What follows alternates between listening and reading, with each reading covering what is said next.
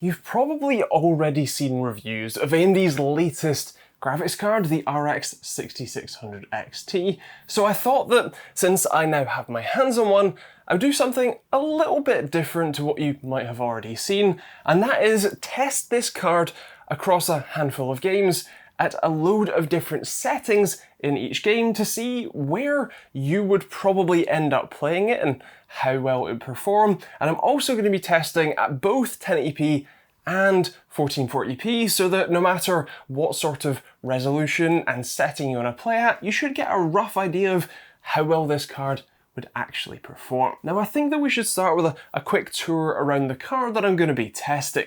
That is an ASRock RX 6600 XT Phantom Gaming, one of their top-of-the-line models with a full triple fan cooler, with some RGB accents no less. In fact, it's just the central fan and the Phantom Gaming logo on the side, not either of the front or rear fans, which I found a interesting choice. It's also a relatively large card, like I said, being a triple fan unit. It's pretty hefty and does come with a backplate, or a nice metal backplate on the back as well. Much like every other RX 6600 XT, it is a PCIe Gen 4, at least supported card, but there is one interesting thing. If you have a look at the PCIe connector, you can see that despite it being a full X16 sized connector with all the pins in place, if you look carefully, you'll notice that only the front half of those pins has traces in the PCB going to them. The back half are completely unused. Now, this isn't a major problem. To give you an idea, most graphics cards, even the high-end ones, don't really saturate a PCIe Gen 3x16 link, and the magic of PCIe Gen 4 is that it offers pretty much exactly double the bandwidth of Gen 3, so this Gen 4x8 link offers the same bandwidth as a PCIe Gen 3 X16 slot. And realistically, even if you're using an older CPU or an older motherboard or older system in general that only supports PCIe Gen 3 and not Gen 4, even running by 8 lanes is still going to be plenty fine for this type of card. As for power, this card only needs a single 8-pin power connector thanks to its relatively low 160 watt TDP, at least at stock. This is a factory overclocked card, so it will run a little bit higher than that, but the overclock isn't an insane leap. The maximum boost that this will run at is 2607 MHz, although its game clock, which is AMD's term for how fast the card will run while actually playing games rather than just the single highest peak value that it will hit, that is 2428 MHz, although that is still around 69 MHz higher than the stock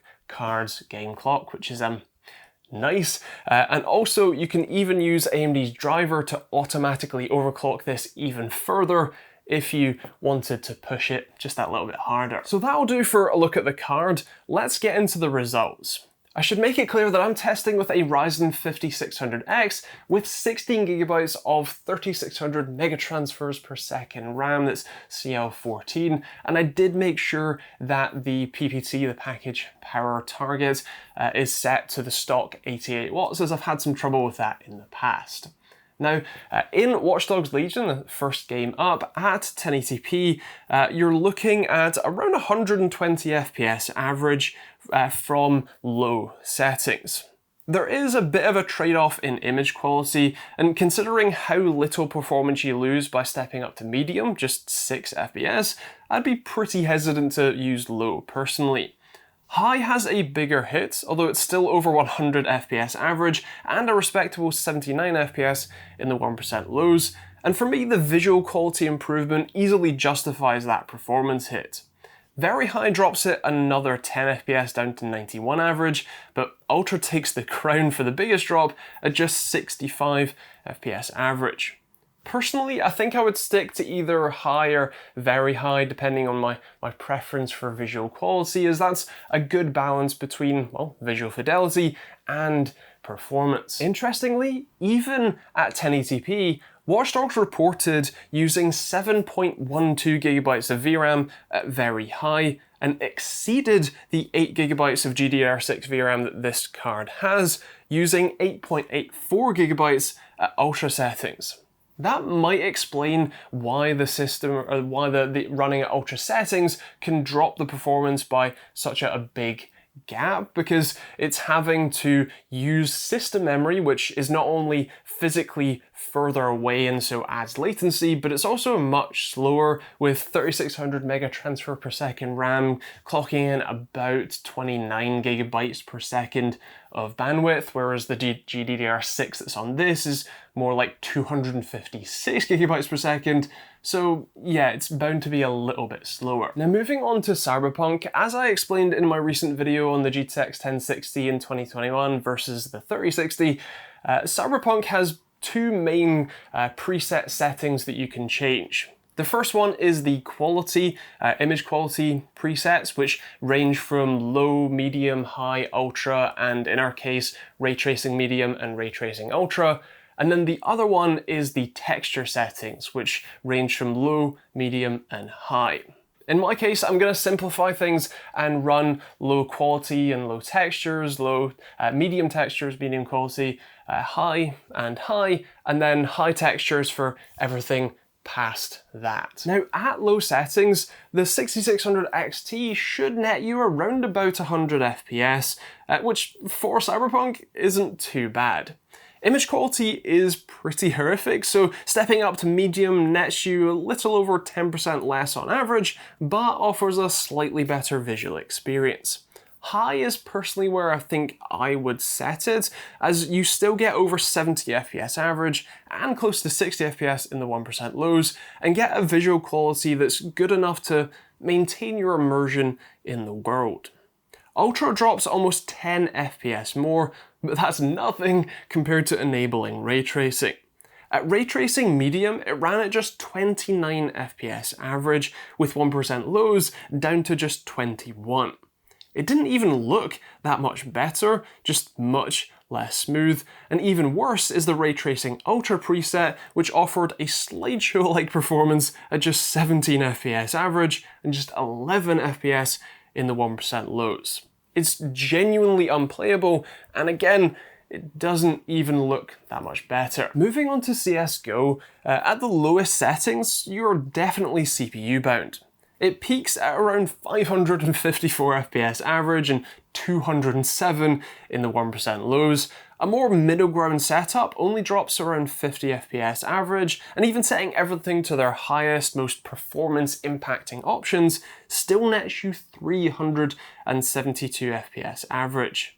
This sort of performance can be expected across most esports titles, so if you're just after a card to power your ultra high refresh rate monitor, this definitely isn't a bad shout. Microsoft Flight on its low-end preset honestly astonished me, running at 135 FPS average. Sadly, the visual quality meant that you're sort of flying over a 144p image of the Earth with basically no 3D buildings, so stepping it up a touch to medium does make sense. That runs around 111 FPS average, and even on the high-end preset, that offers near on 90 FPS, and that's still a pretty decent balance of performance and visuals. You can stretch it a bit further to Ultra at 65 FPS average, and while it's certainly playable, I think for me, high-end offers a better balance of the two. Lastly, in Fortnite, this is easily the widest range in performance, with low and its 44% render scale running at an insane 584 FPS average and 402 in the 1% lows, medium and its default 66% render scale running at 446 FPS average, high still hitting over 200, epic at 142, and with all of the ray tracing settings maxed out and on epic settings as well, it ran at just 9 FPS average. 9. Like, the word unplayable doesn't even begin to describe how much of a terrible experience it is to have those settings all the way maxed out. Although I should probably mention that I can't really imagine many people run Fortnite with ray tracing enabled, even if you have an NVIDIA card. So at 1080p, this card is very well suited to anywhere between high and even stretching up to ultra. It will depend on the game and your preference for how much performance versus visual quality you want to balance that on, but it's still a definitely capable card. The one downside is rather obviously ray tracing, as even in Cyberpunk with the ray tracing medium setting, you go from getting around 60 FPS average on ultra to 29 FPS average with ray tracing medium. And like I said, I couldn't really see a visual quality improvement using the ray tracing medium settings, so it's something that I would generally steer clear of, at least on this card. Now that's 1080p, but what about 1440? Well, Watch Dogs Legion reports just under 100 FPS on low settings, although this is a relatively demanding game even on low, so that's not too bad. Medium nets you 88 FPS average, high 76, very high 65, and ultra as a less than ideal 44 FPS average and just 29 FPS in the 1% lows. Again, I think high or very high are the sweet spot for this card, with very high reporting 7.68 GB of VRAM usage, just below the 8 GB available, and ultra swallows 9.19 GB, which means that it's using well over 1 GB of system RAM, which again might explain why there's a relatively large hit in performance from very high down to ultra. Cyberpunk on low runs at just over 80 FPS, and this is the only setting that runs at over 60. Medium is just shy at 58, then it's down to just 44 at high, and ultra isn't all that much lower at 39, but the real shocker is the ray tracing options. Just 12.5 FPS average on the RT medium setting, and a jaw-dropping 5 average on ray tracing ultra. I couldn't even walk about slowly with that sort of performance, let alone drive or shoot. CSGO does take a bit of a hit at 1440p by a full 100 FPS at low settings. But it's still 450 FPS average, so I can't complain. There's still a pretty small gap from low to medium, with actually better 1% low runs for that medium run, and the higher settings still get over 300 FPS, so it's still plenty. Microsoft Flight manages almost exactly 100 FPS average at low, again with a pretty big sacrifice in image quality. Medium runs at 72 FPS average and runs over 60 FPS in the 1% lows, and high-end dips just below 60 FPS average. Ultra pushes it a little bit too hard, running at just 44 average, making either medium or high my pick for this card at 1440p. Finally, in Fortnite, again we have a pretty incredible range. Low settings runs almost identically to 1080p low at 577 FPS average. Medium is actually an FPS faster on average, and that's probably thanks to slightly less CPU bottlenecking at the 1690 by 950 resolution that it's rendering at with its 66% render scale compared to the 720p or so that it renders at on 1080p medium. High runs at 202 FPS average, again almost identically to 1080p high, with only the epic settings finally showing the GPU limit rather than the CPU, running at 88 FPS average. Then there is the ray trace result. This is the single lowest result I collected at just 5.08 FPS average and just 2.41 in the 1% lows. Here's what that looked like. I reckon I could hand animate those frames faster than the graphics card is drawing them. So at 1440p, I think you're generally going to want to keep it at medium or high settings for this card, although occasionally some of the lighter titles you might be more happy running at their highest settings available. Of course, ray tracing, if it was bad at 1080p, I can't describe how awful it was at 1440, so generally speaking, that's something that I would steer clear of unless there is a significant driver improvement that gives better performance, or that it's a very specific game that you don't mind perhaps turning some of the standard quality settings down to enable some of the specific ray tracing features. Otherwise, it's probably something that I would leave off. The good news is that not only is this clearly a capable card at 1080p and even pushing into 1440p, but at least at the time of filming, this is a card that you can actually go and buy at MSRP right now. I'll leave a couple of links to both Amazon and Overclock UK in the description down below. Those are affiliate links, I should make that clear. But they are in stock and for relatively reasonable prices. Now, you could argue that if you're looking at an RTX 3060 or 3060 Ti, from most of the other reviews I've seen, the 6600 XT generally sits a bit closer to the 3060 than the Ti in terms of its performance, and in pricing it sits much closer to the Ti, and so maybe this isn't quite the best bang for the buck you could get, but at this very moment there is tens of these in stock at Overclock UK, but there is next to none of the 3060 or 3060 Ti, with only a couple of models being in stock, but those are selling for around £600 compared to this at around about £400. And for that sort of price difference, well yeah, this one is a no-brainer. If you are willing to wait out the storm, then in theory, when the 3060 and 3060 Ti do become readily available at MSRP, there's a good chance that those might be better options than this one. But for the time being, this doesn't seem like a bad shout. So with that said, those are my thoughts, but I would love to hear yours in the comments down below.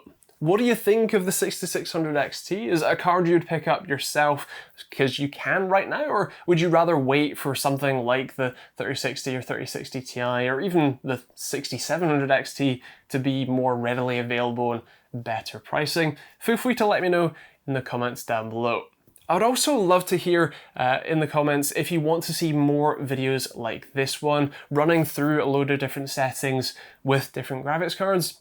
I don't always have access to a great range of cards, so that's why it's quite difficult for me to do any comparisons all in one go. But if you'd like to see more of this style, then I'd love to do them. So again, let me know in the comments down below, and make sure you hit the subscribe button and the bell notification icon so you don't miss those videos. Otherwise, if you'd like to support the channel, there are a load of ways you can do that, including hitting the YouTube join button for access to our Money Mid Discord chat, sponsor-free videos, and some cool emojis to use in the comments and on our weekly live streams. If you'd prefer to support on Patreon instead, you can do that with a link in the description, or there is a load of other links in the description you can check out, from merch, hoodies, or t-shirts like this one. This is my At The Wheel car channel, which you should also go subscribe to when that pops up on the end cards, or there is a load of other tech designs as well.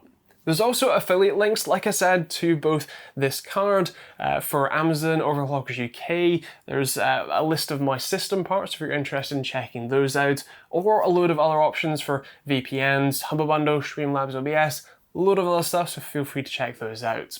I'll leave some more videos on the end cards, maybe the 1060 in 2021 versus the 3060, so you can check that one out. Otherwise, thanks for watching, hope you enjoyed it, we'll see you on the next video.